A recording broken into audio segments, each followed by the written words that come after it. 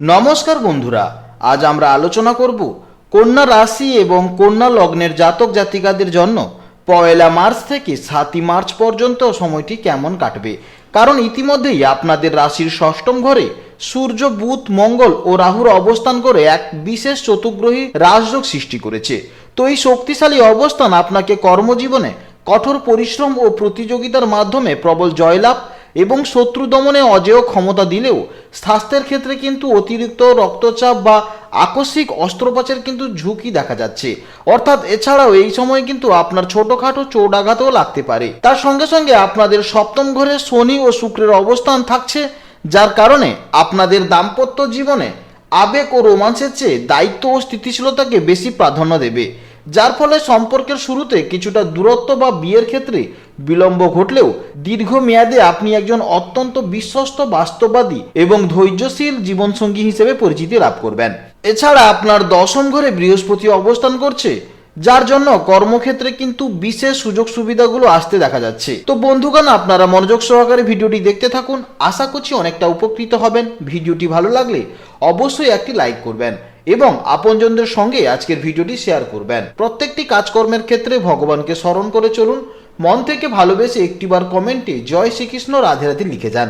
মাত্র একবার কমেন্টে জয় শ্রীকৃষ্ণ রাধে রাধে লিখতে হয়তো আপনাদের খুব বেশি সময় লাগবে না। মনে রাখবেন, ভগবানের জন্য দেওয়া সময় কখনোই বৃথা যাবে না। যারা মুসলিম দর্শক বন্ধু রয়েছেন, কমেন্টে ভালোবেসে মহান আল্লাহর নামটি লিখে যাবেন, কিংবা যারা খ্রিস্টান দর্শক বন্ধু রয়েছেন, আপনারা পরম পিতা যিশুর নামটি লিখে যান।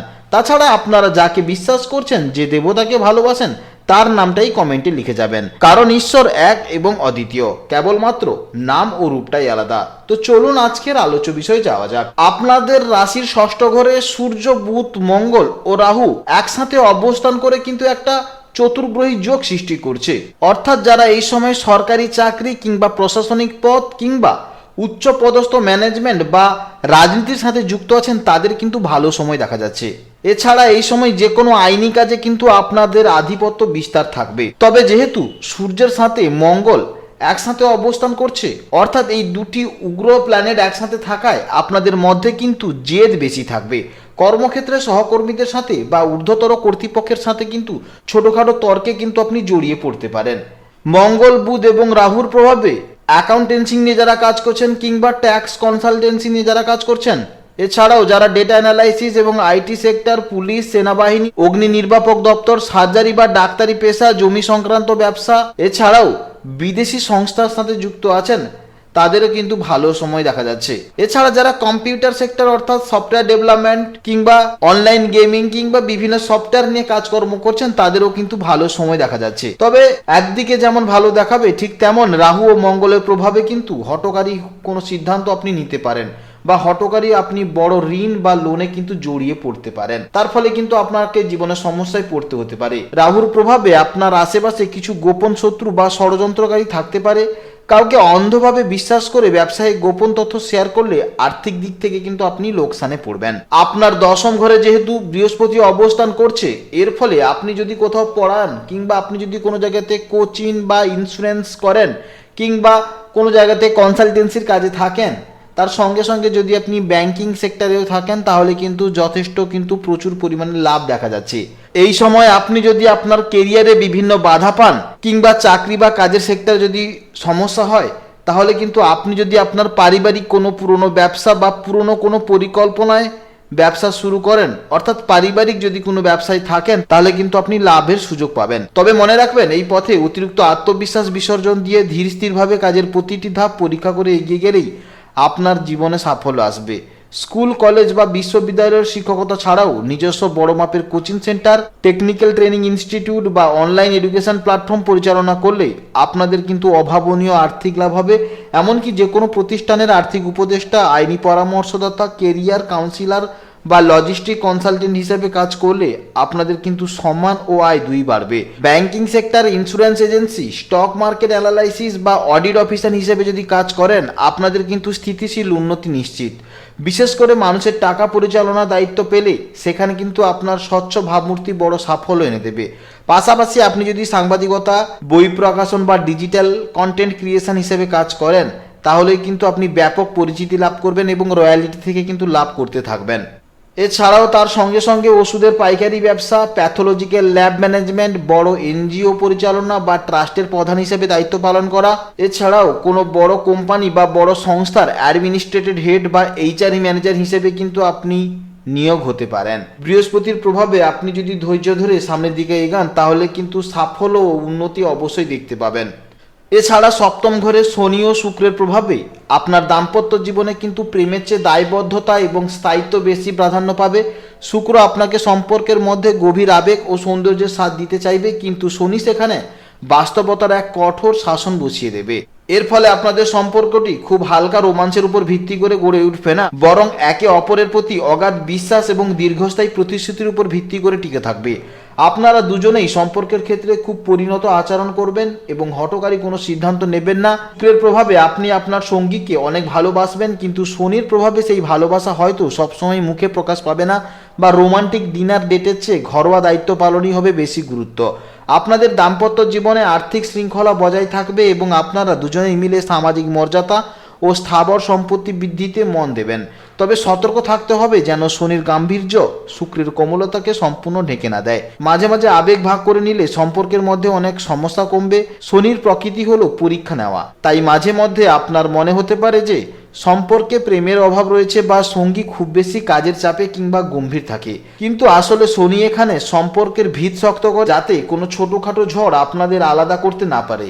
বিচ্ছেদের চেয়ে সম্পর্ক টিকিয়ে রাখার জেদ এখানে বেশি কাজ করবে। তার সঙ্গে সঙ্গে ষষ্ঠ ঘরে মঙ্গল, বুধ, শুক্র এবং রাহুর অবস্থানের ফলে আপনার শরীরে মূলত অগ্নি এবং পিত্তের আধিক্য দেখা যাবে, যার ফলে সবথেকে বেশি সমস্যা হতে পারে আপনার পাচনতন্ত্র এবং রক্ত সঞ্চালন প্রক্রিয়ায়।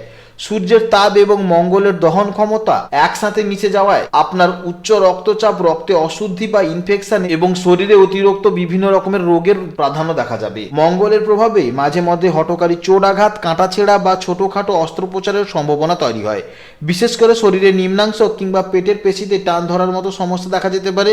বুধের উপস্থিতি এই ঘরে থাকায় আপনার স্নায়বিক দুর্বলতা, ত্বকের অ্যালার্জি বা হজমের গণ্ডগোলজনিত সমস্যা দেখা যাবে, যা মূলত মানসিক চাপ বা দুশ্চিন্তা থেকে উৎপন্ন হতে পারে। সবচেয়ে জটিল ভূমিকা পালন করবে রাহু, কারণ রাহু অনেক সময় এমন রোগ সৃষ্টি করবে যা চিকিৎসক কিন্তু সহজে ধরতে পারবে না, যার লক্ষণগুলো রহস্যময় হবে। এর ফলে পেটে গ্যাস, আলসার, খাদ্যে বিষক্রিয়ার মতো সমস্যা, এছাড়া আপনার শরীরে বিভিন্ন রকমের যন্ত্রণা হবে যা ডাক্তার কিন্তু একদমই ধরতে পারবেন না। তার সঙ্গে সঙ্গে হাড়ের জয়েন্টের ব্যথা বা মেরুদণ্ডের নিচের দিকে ব্যথার বিষয়ে কিন্তু আপনাকে সতর্ক থাকতে হবে। স্বাস্থ্যের উন্নতির জন্য আপনাকে অতিরিক্ত ঝাল মশলাযুক্ত খাবার এড়িয়ে চলা যথেষ্ট ভালো। প্রচুর পরিমাণে জলপান করতে হবে এবং সবথেকে গুরুত্বপূর্ণ হলো রাগ বা জেদকে নিয়ন্ত্রণ করতে হবে, কারণ আপনার মানসিক উত্তেজনাই শারীরিক অসুস্থতার প্রধান কারণ হয়ে দাঁড়াতে পারে। নিয়মিত রক্ত পরীক্ষা করানো এবং পেটের কোনো সমস্যাকে অবহেলা না করে শুরুতেই চিকিৎসা করানোই হবে আপনার জন্য সবথেকে বড় সতর্কতা। পাশাপাশি এই সময় আপনাদের দ্বাদশ ঘরে কেতুর অবস্থান থাকছে, যার কারণে সাধারণত শরীরে বিভিন্ন রকমের রোগ দেখা যাবে, যার ফলে আপনি অজ্ঞাত কোনো সংক্রমণ কিংবা ভাইরাসের দ্বারা আক্রান্ত হতে পারেন, যা সাধারণ রক্ত পরীক্ষায় ধরা পড়তে দেরি হতেও পারে। কেতুর প্রভাবে আপনাদের ঘুমের সমস্যা বা অনিদ্রাজনিত সমস্যা দেখা যাবে। এছাড়া অবচেতন মনের কিন্তু অস্থিরতা তৈরি হতে পারে, তার সঙ্গে সঙ্গে কিন্তু স্নায়বিক দুর্বলতাও কিন্তু দেখা যাবে। এছাড়া দ্বাদশ ঘর যেহেতু হাসপাতালের ঘর, তাই কেতু এখানে মাঝে মধ্যেই কিন্তু ছোটোখাটো কারণে বা বিভিন্ন রকমের সমস্যায় আপনাকে কিন্তু চিকিৎসকের কাছে নিয়ে যেতে বাধ্য করাবে। বিশেষ করে মলদ্বার কিংবা অন্ত্রেরও কোনো সমস্যা দেখা যাবে। এই কেতুর প্রভাবে শরীরে এমন কোনো ব্যথা বা অস্বস্তি অনুভূতি হয় যার কোনো পরিষ্কার ডাক্তারি কারণ খুঁজে পাওয়া যায় না, যাকে আমরা মানসিক চাপজনিত শারীরিক সমস্যা বলতে পারি। আপনাকে সতর্ক থাকতে হবে যেন কোনো ছোটোখাটো ক্ষত বা ইনফেকশন অবহেলা না করে, কারণ কেতু সেই সমস্যাকে ধীরে ধীরে কিন্তু জটিল রূপ দিতে পারে। সুস্থ থাকার জন্য আপনাকে নিয়মিত ধ্যান করা এবং পায়ের যত্ন নেওয়া, পাশাপাশি অদ্ভুত বা রহস্যময় কোনো শারীরিক লক্ষণ দেখা দিলে বিশেষজ্ঞের সঙ্গে কিন্তু পরামর্শ করে নেওয়া। বৃহস্পতির দশম দৃষ্টি এই সময় থাকছে, যার কারণে বিশেষ করে ল, ইকোনমিক্স, ফিজিওলজি এবং উচ্চতর গণিত বা পরিসংখ্যান বিষয়ের ছাত্রছাত্রীরা অসাধারণ সাফল্য পাবেন। যারা শিক্ষকতা বা শিক্ষা সংক্রান্ত গবেষণার সাথে যুক্ত আছেন তাদের জন্য কিন্তু এই সময়কালটি অত্যন্ত ভালো সময় দেখা যাচ্ছে। তাছাড়া সংস্কৃতি বা যে কোনো ধ্রুপদী ভাষা, ধর্মতত্ত্ব এবং প্রাচীন ইতিহাস সংক্রান্ত পড়াশোনায় আপনার গভীরতা বাড়বে। যারা ম্যানেজমেন্ট বা ফিনান্স নিয়ে পড়াশোনা করছেন তারা কিন্তু এই গোচরের ফলে বড় কোনো শিক্ষা প্রতিষ্ঠানে সুযোগ পেতে পারেন। যা ইন্টার্নশিপে দারুণ ফলাফল করবে। এমনকি এই সময়ে আপনার মনোযোগ ও শেখার ক্ষমতা বহুগুণ বৃদ্ধি পাবে। পরীক্ষায় ফলাফল প্রত্যাশার চেয়েও ভালো হওয়ার কিন্তু যোগ দেখা যাচ্ছে। যারা কোনো প্রতিযোগিতামূলক পরীক্ষার জন্য প্রস্তুতি নিচ্ছেন, বিশেষ করে সরকারি উচ্চপদস্থ বা প্রশাসনিক চাকরির পরীক্ষা, তাদের জন্য কিন্তু এই গোচরটা সাফল্যের এক সুবর্ণ সুযোগ তৈরি করবে। আপনার অর্জিত জ্ঞান শুধুমাত্র পরীক্ষার খাতার মধ্যে সীমাবদ্ধ থাকবে না, বরং সেই শিক্ষা আপনাকে সমাজে একজন সম্মানীয় ও বিজ্ঞ ব্যক্তি হিসেবে তুলে ধরবে। তবে বৃহস্পতি যেহেতু দশম ঘরে বসে আছে, তাই আপনার শিক্ষা সরাসরি আপনার কেরিয়ারের সাথে যুক্ত হবে। অর্থাৎ যা শিখবেন তা কিন্তু দ্রুত কর্মজীবনে প্রয়োগ করার সুযোগ পাবেন। শিক্ষকদের বা গুরুজনদের পরামর্শ মেনে চলা অত্যন্ত জরুরি, কারণ তাদের একটি ছোট্ট উপদেশ আপনার পড়াশোনার মোড় ঘুরিয়ে দিতে পারে। পড়াশোনায় কোনো ধরনের অহংকার বা ফাঁকিবাজি না করে বরং নম্রভাবে নতুন কিছু শেখার মানসিকতা রাখলে বৃহস্পতির শুভ প্রভাব পূর্ণমাত্রায় পাওয়া যাবে।